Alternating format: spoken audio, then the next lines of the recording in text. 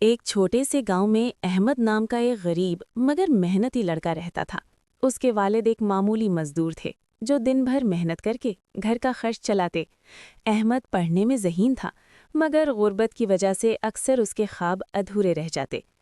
اس کے باوجود وہ ہمیشہ سچ بولنے اور ایمانداری سے زندگی گزارنے پر یقین رکھتا تھا۔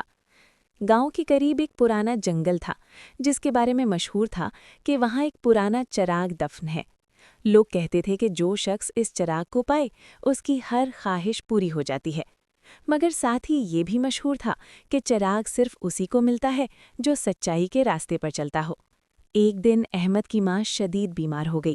علاج کے لیے پیسوں کی ضرورت تھی مگر گھر میں کچھ نہ تھا۔ احمد نے بہت کوشش کی مگر کہیں سے مدد نہ ملی۔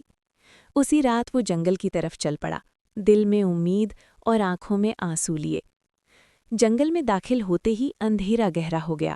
ہوا کی سرسراہٹ اور درختوں کی آوازیں اسے ڈرا رہی تھیں، مگر وہ ہمت کر کے آگے بڑھتا رہا۔ کچھ دور جا کر اسے ایک بوڑھا شخص ملا جس کے کپڑے پرانے مگر آنکھوں میں عجیب سی روشنی تھی۔ بوڑھے نے پوچھا، بیٹا تم اس اندھیرے جنگل میں کیوں آئے ہو؟ احمد نے بغیر کچھ چھپائے سچ سچ سب کچھ بتا دیا، ماں کی بیماری، غربت اور چراغ کی کہانی۔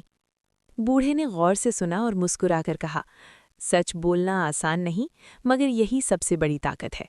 آگے بڑھو، تمہیں وہی ملے گا جس کے تم حقدار ہو۔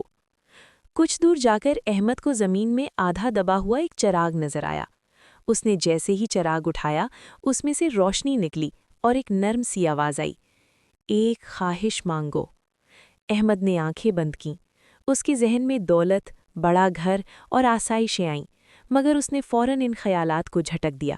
اس نے کہا، میری ماں کو صحت عطا کر دو، مجھے کچھ اور نہیں چاہیے۔